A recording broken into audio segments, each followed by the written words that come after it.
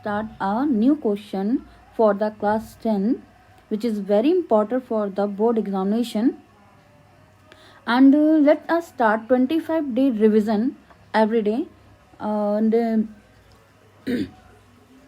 new questions and important question, and the questions which are very important for the purpose of exam. Let's solve the equations, solve the questions. And but यहाँ पे एक दिक्कत ये है कि आपको regularity रखनी पड़ेगी। जो जो क्वेश्चन मैं आपको दे रही हूँ उन क्वेश्चन को लगाइए, और जो भी क्वेश्चन आपको ना आए कमेंट में आप उसको पोस्ट कर दीजिए। उसके सोल्यूशन के लिए मैं एक न्यू वीडियो बना के अपलोड कर दूँगी, ठीक है। तो आज हम जो स्टार्ट कर रहे हैं वो एक क्वेश्चन है प्रोबेबिलिटी का। कौन किसका है? प्रोबेबिलिटी का क्वेश्चन है। प्रोबेबिलिटी का क्वेश्चन है। अब आप सबसे पहले ये जानिए कि प्रोबेबिलिटी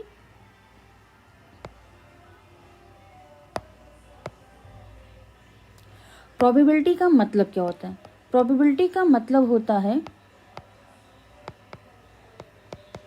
प्रायिकता। अब प्रायिकता तो हिंदी वर्ड हो गया, but what is the meaning of the probability? Means that event which is not definite, मतलब ऐसी घटनाएं जो घटित तो हो रही हैं लेकिन वो कब घटित होंगी वो नहीं पता है हमको। उनके घटित होने का समय, तिथि, तारीख, डेट कुछ भी नहीं पता। जैसे कि बारिश हो सकती है, कल मैं स्कूल जा भी सकता हूँ, नहीं भी जा सकता हूँ। डाइस पे 6 में से कोई भी एक अंक आ सकता है। कॉइन को जब टॉस करते हैं तो हेड या टेल आएगा। कॉइन में अगर हम बात करें तो वहाँ पे 2 ही चीज़ होती हैं, एक हेड होता है और एक टेल होता है।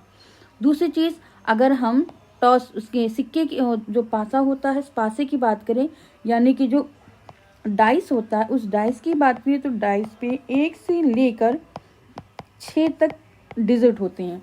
इन्हीं में से कोई ना कोई आ सकता है।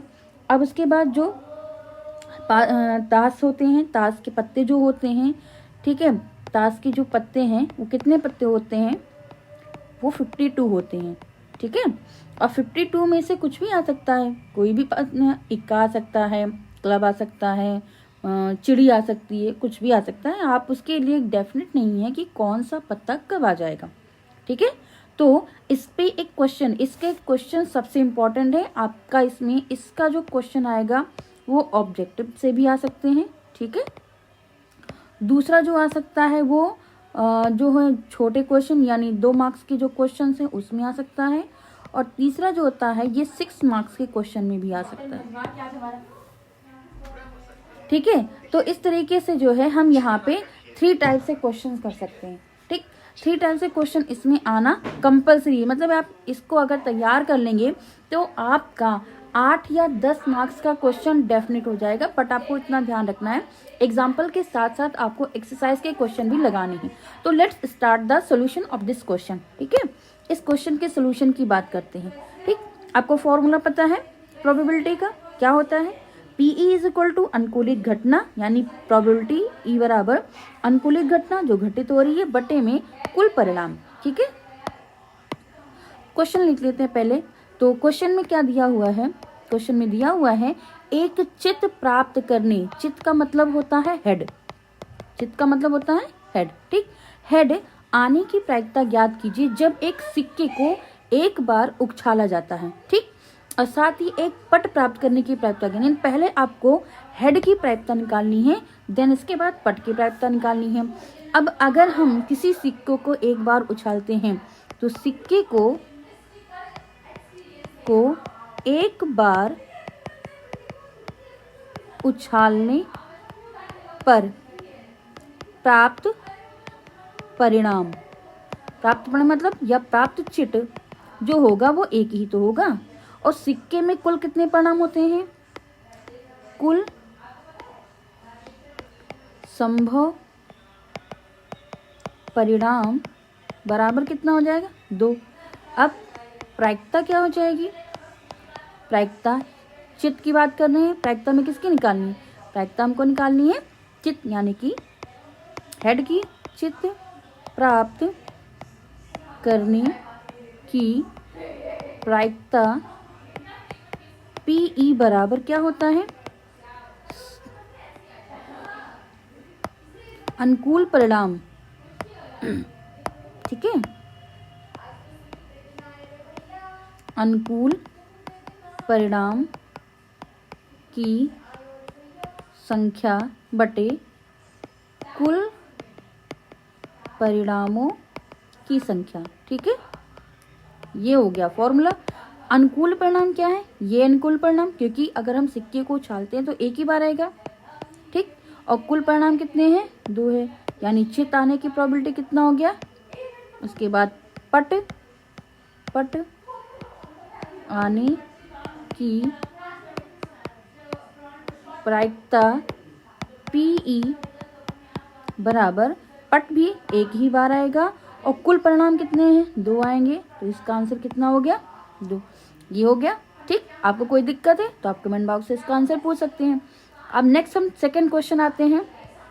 ठीक है, सेकंड क्वेश्चन के लिए हम क्वेश्चन लेते हैं।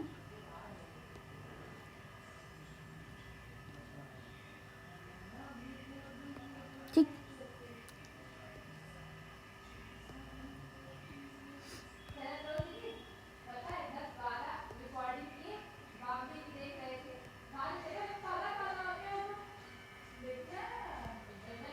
ये दूसरा क्वेश्चन है आपका। ठीक है, दूसरे क्वेश्चन में कह रहा है कि एक थैले में लाल, नीली और पीली गेंद है। ये एक थैला है। ठीक, इस थैले में लाल कलर की गेंद है, ब्लू कलर की गेंद है और येलो कलर की गेंद है। ठीक है, 3 गेंदें हैं इसमें, एक। तो कुल गेंदों की संख्या क्या होगी,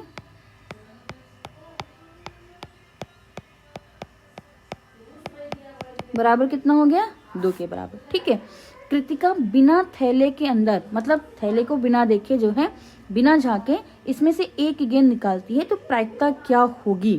ठीक है, तो कृतिका द्वारा थैले से प्रत्येक गेंद निकालने की प्रायिकता PE बराबर अनुकूल परिणाम की संख्या बटे कुल परिणामों की संख्या। ठीक है, ओके। तो अनुकूल परिणाम यानी पहला पार्ट क्या है हमारा, किसकी निकालनी है, हमको कहा गया, पीली की। तो पीली गेंद निकालने की प्रायिकता बराबर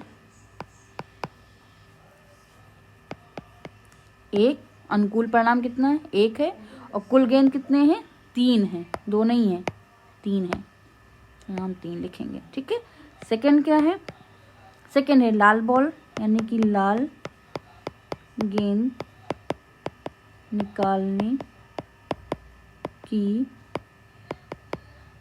प्रायिकता बराबर क्या हो जाएगा, वो भी 1/3 हो जाएगा। उसके बाद तीसरा है नीली गेंद, तो नीली गेंद निकालने की प्रायिकता बराबर 1/3। तो तीनों के आंसर, अगर इन तीनों को जोड़ेंगे आप तो इसका आंसर 1 के बराबर हो जाएगा। यानी जो प्रायिकता का मान होता है वो 1 से कभी भी ज़्यादा नहीं होता है और 0 से कभी भी कम नहीं होता है। ठीक है, ये चीज़ हमेशा आप याद रखिए। यानी जो प्रायिकता होती है वो always be less than equal to 1 and greater than equal to 0। हमेशा 0 से बड़ी होगी और 1 से छोटी होगी। समझ में आ गया?